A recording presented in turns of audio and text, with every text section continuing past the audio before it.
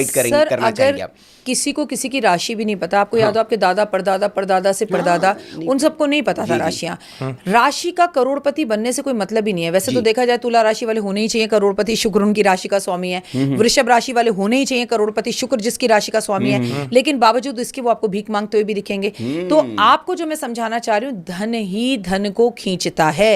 ये मैं नहीं कह रही, गीता में भी कहा है, जो तू कर्म करेगा वो लौट कर वापस आएंगे। अब अगर करोड़पति बनने का आपको मन है तो पहले तो आप कभी कंजूस मत रहिए। देखता हूं, बजट बनाता हूं, चद्दर देख कर पांव पसारो, ये सब बेकार की बातें हैं। अपनी हैसियत और औकात से ज्यादा बढ़ो। आप घर अपनी हिम्मत और ताकत से बढ़ा लो। आपको पता है जब हमारे दादा परदादा थे ना, वो क्या कहती थी बुजुर्ग औरतें, भगवान मेरे पुत्र दा खर्चा बढ़ा, मेरे पुत्र दा खर्चा बढ़ा, इसके खर्चे बढ़े, क्योंकि खर्चा बढ़ेगा तो आमदनी बढ़ेगी ना सर। बिल्कुल। आप देखिए हमारे परदादा 50 रुपए या 100 रुपए कमाते थे सरकारी नौकरी में और 6 बहनों की शादी कर देते थे। हम 7 लाख भी कमा ले तो एक बेटी की शादी के लिए भी हमें कर्जा लेना पड़ता है। क्यों? तो इसलिए समझिए बरकत नहीं है। पहली बात तो सर हम सब कैशलेस है। अगर हम तीनों इस वक्त अपने पर्स में से पैसे निकाले तो शायद 5 भी इकट्ठे नहीं कर पाएंगे यहाँ पर। और हमारे बुजुर्ग अपनी जेबों में पैसे रखकर चलते थे, वो चलते थे तो सिक्के भी खनकते थे।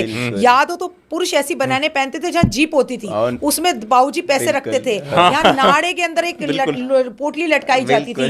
औरतें अपनी गुप्त छोटे छोटे पर्स अपने पास रखती थी। वो स्वेटर पहनेंगी यहाँ पर तो भैंसों को सानी करते करते वो यहाँ से पैसे निकाल के दे देती थी।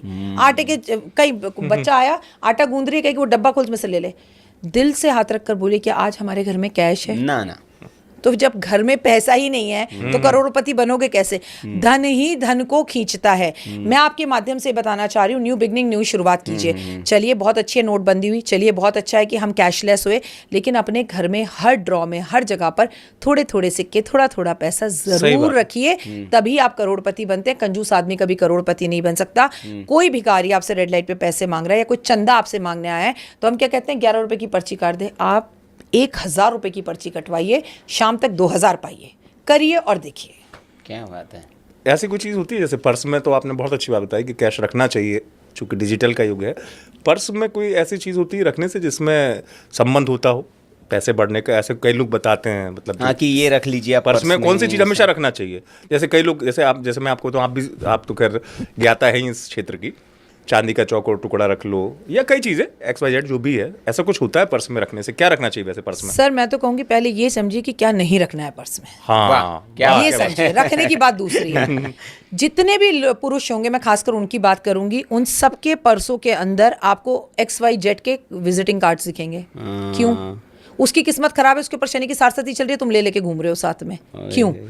अगर आपने अपने पर्स में क्रेडिट कार्ड रखा है तो आपने महालक्ष्मी को पहले से ही बोल दिया कि भैया कार्ड से ही जीवन चलना है मेरा। तो आप अगर चाहते हैं क्रेडिट ना लेना पड़े तो क्रेडिट कार्ड तोड़ो, फाड़ो, काटो और कैश रखो।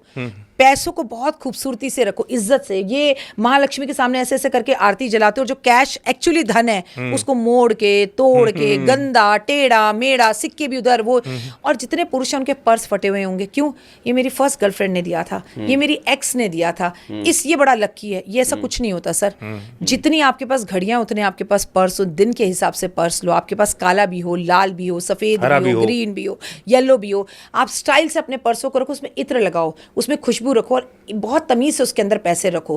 क्रेडिट कार्ड के लिए मैं ये नहीं कह रही, क्योंकि आज हमारी फ्लाइट टिकट क्रेडिट कार्ड के बिना नहीं हो सकती, आज हमारी होटल बुकिंग क्रेडिट कार्ड के बिना नहीं हो सकती, आज हमें किसी भी लॉन्च में जाना है हम क्रेडिट कार्ड के बिना नहीं जा सकते। वो हमारी जिंदगी का एक हिस्सा है, उसे एक अलग रखो। लेकिन अगर आप पहले ही क्रेडिट पर्स में रखोगे तो क्रेडिट लेकर ही जिंदगी भर चलोगे।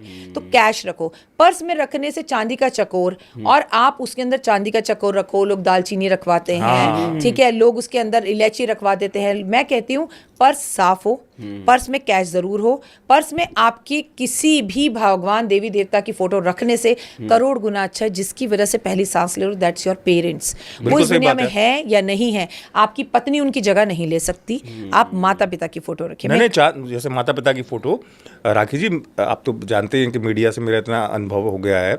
मीडिया के नाम नहीं लूंगा, बहुत सफल व्यक्ति हैं, बहुत नामी हैं, मेरे परिचित भी हैं।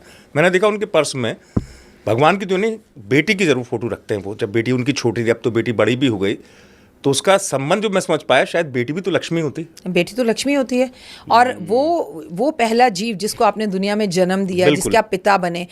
मैं ये कह रही हूँ कि पत्नी की फोटो रखने से क्या होगा? आधे से ज्यादा पतियों की तो पत्नी से रिश्ते ही खराब है, देखते गुस्सा आ जाएगा, यहाँ भी दिख गई। और वो पत्नियां जबरदस्ती रख देती है कि तुम रख लो, कोई जरूरत नहीं है। वो यहाँ होना सर, लेटर में क्यों रख रहे हो, फोन में क्यों रख रहे हो? सही बात है। आपको जहाँ रखना है अपनी पत्नी को हृदय में रखो। कभी पर्स चोरी हो जाए तो हो जाए, लेकिन माता पिता का आशीर्वाद जब आप खोलते हो और आपके साथ हमेशा होता है। सर पर्स को हमेशा साफ रखें, सुगंधित रखें। आपके पास जितना भी धन आता है उसको पहले हाथ जोड़ के प्रणाम करें। अगर आपको याद हो कि जब राम जी ने शिव जी का धनुष तोड़ा था सीता मैया से विवाह के स्वयंवर लिए, में। तो ऐसे करके पकड़ा नहीं था, पहले प्रणाम किया था। बिल्कुल सही मैं बात। आपको प्रणाम करता हूँ। नदी के किनारे पर जब पहुंचे केवट के साथ, तो मैं आपको प्रणाम करता हूँ। हम प्रणाम करना भूल गए हैं सर। आप अपने घर की लक्ष्मी को, अपनी पत्नी को, अपनी बेटी को, अपने पर्स को प्रणाम करो, अपनी ऑफिस की चौखट को ऐसे चूमो। मैं आपको प्रणाम करता हूँ। कैमरा शुरू होने से पहले मैं आपको प्रणाम करता हूँ। इस पे बोलने से पहले प्रणाम करो। आप करके देखिए, आप जब ग्रेटिट्यूड दिखाना शुरू कर देते हो ना, तो यूनिवर्स आपको देना शुरू कर देती है। चांदी का चकोर रखने से पैसे आते हैं, इसे मैं कभी डिले नहीं करूंगी, आते हैं। लेकिन उसमें अगर दूसरे लोगों के आपने विजिटिंग कार्ड और तस्वीरें रखी हुई हैं और वो गंदा है, तो बिल्कुल वो सही कभी बात नहीं है। आएगा। उनका प्रारब्ध आपसे जुड़ने लगेगा। सही बात है। 100%। ये होता है। सर आप अपना ये कोट उतार कर इनको दे दीजिए, इनका कोट खुद पहन लीजिए, दोनों की सोच भी एक जैसी हो जाएगी। Energies work. इस स्टूडियो में इस वक्त एसी काम कर रहा है, पर एसी की हवा हमें एनर्जी के रूप में महसूस होती है, ठंड लगने लगती है। लाइट हम देख पा रहे हैं अपनी आंख से, लेकिन कोई व्यक्ति अगर अंधा हो, इस रूम में बैठा हो, तो भी वो लाइट को महसूस कर पाएगा। एक मंत्र जो राखी जी देना चाहे कि ये 2026 में इस मंत्र की आप जो है जरूर मतलब वो करें। एक चीज जो सूर्य का साल है जी। नंबर 1 है सुबह जल्दी उठना। नंबर 2 है हम कहते हैं कि राम जी हैं जो वो सूर्यवंशी जी, हैं। जी। अब सूर्य सूर्य सूर्य करने से शायद वो चीजें प्राप्त ना हो। सूर्य एक जगह टिकते भी नहीं, ऐसे ऐसे ऐसे ऐसे घूमते रहते हैं। जो लोग 108 बार राम राम राम लिखेंगे और मजा आ जाए, वो सुबह उठकर लिखे, लाल रंग के पेन से लिखे, डायरी में लिखे और राम राम लिखे सूर्य के सामने बैठ के, नहीं तो अपने घर में कमरे में। इसका सूतक पातक और पीरियड से कोई लेना देना नहीं है। लिखते जाएं, और जब इतनी डायरियां आपको लगता है 6 महीने में 2 महीने में इकट्ठी होगी, सारी की सारी अयोध्या जो है आप कोरियर कर दीजिए। अयोध्या के मंदिरों को आपके माध्यम से कहूंगी, उन सब डायरियों के लिफाफे बनाए जाएं, ताकि देश से प्लास्टिक भी हटे और लघु उद्योग भी मिले, लोगों को काम भी मिले, लोग राम राम भी लिखें, राम से बड़ा राम का नाम भी हो और बिजनेस का बिजनेस भी चले। चलिए, क्योंकि ये उनसे मुझे बड़ा बहुत- कोई नहीं है। नहीं, मुझे इससे एक बहुत अच्छा वाकया याद आ गया। हमारे जहाँ मैं पैतृक, जहाँ हमारा घर है, वहाँ एक रामनामी बैंक बनवाया गया था। अच्छा। एक प्रतिष्ठित नगर सेठ थे, उनका अपना मंदिर था। तो उस मंदिर में और उन्होंने लोगों से करोड़ों राम नाम लिखवाए, और फिर वो जब इकट्ठे हो गए कई वर्षों में, तो उन्होंने एक राम स्तंभ बनवाया, और उस राम स्तंभ के अंदर उनको संग्रहित रखा गया, और पूरे उसकी बाकायदा पूजा होती है प्रतिवर्ष। नाम का हाँ, तो नाम का राम नाम महत्व वहाँ बहुत- मतलब हजारों नाम की लाखों ताकत लोगों के बहुत बड़ी लिखे होती हुए है। राम और नाम मैं तो कहती संग्रहित हूँ, हम सगन के लिफाफे देते हैं फिर फेंक देते हैं। उन्हीं के राम नाम के लिफाफे बने, एक दिन वही लिफाफा घूमकर आपके पास है और आप कह रहे हैं ये तो मेरा ही लिखा हुआ है, और लिफाफे फिर लोग संभाल के भी रखेंगे। जी जी, हाँ, मतलब उसको कहीं हाँ, Reuse नहीं, तो होगा। एक मंत्र है जो 2026 के लिए राखी जी ने बता दिया। बहुत संचय मेरा इसलिए था क्योंकि बड़े युवा साथी हैं आपके, मेरे जी। जानने वाले। सरकारी नौकरी तो आपको पता ही 90% युवा चाहते हैं कि सरकारी मिल जाए। चूंकि मेरे मन में इसलिए सवाल आया कि आपने सूर्य का वर्ष है, और कहते हैं कि सूर्य के वर्ष में अगर आप अटेम्प्ट ज्यादा करो सरकारी चीजों से रिलेटेड, तो सफलता मिलती है। ऐसा कुछ है सरकारी नौकरी के लिए? बहुत सरकारी नौकरियां मिलेंगी लोगों को, बहुत सरकारी लोगों को के अंदर सरकार चेंजेस करेगी, बहुत सारे नियम बदलेंगे, बहुत सारी फैसिलिटीज सरकारी नौकरियों में खत्म होंगी, बहुत सारी फैसिलिटीज सरकारी नौकरियों में शुरू होंगी। सरकारी उथल पुथल तो आप हर जगह पर देखेंगे। और हाँ, इस साल आईएएस बहुत लोग बनेंगे, और आईएएस क्रैक करना है और एग्जाम देना है तो इसी साल दे सकते हैं। लेकिन आईएएस या सरकारी एग्जाम्स जो होते हैं सरकारी नौकरियों के लिए, उनके पेपर भी लीक हो सकते हैं।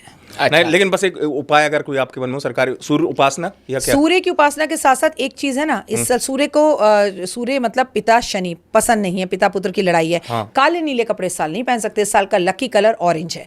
ऑरेंज कलर आपको सबसे ज्यादा पहनना है, येलो कलर आपको सबसे पहनना है। जब सूर्य निकलता है उसकी ऊषा जो है थोड़ी थोड़ी येलो, थोड़ी थोड़ी लाल, थोड़ी थोड़ी ऑरेंज होती है। मतलब जो तो भी काले नीले कंपटीशन की तैयारी करो, उनको बिल्कुल इस रंग का उपयोग, नहीं करना, और ऑरेंज का ज्यादा करना है। ऑरेंज का ज्यादा करना। और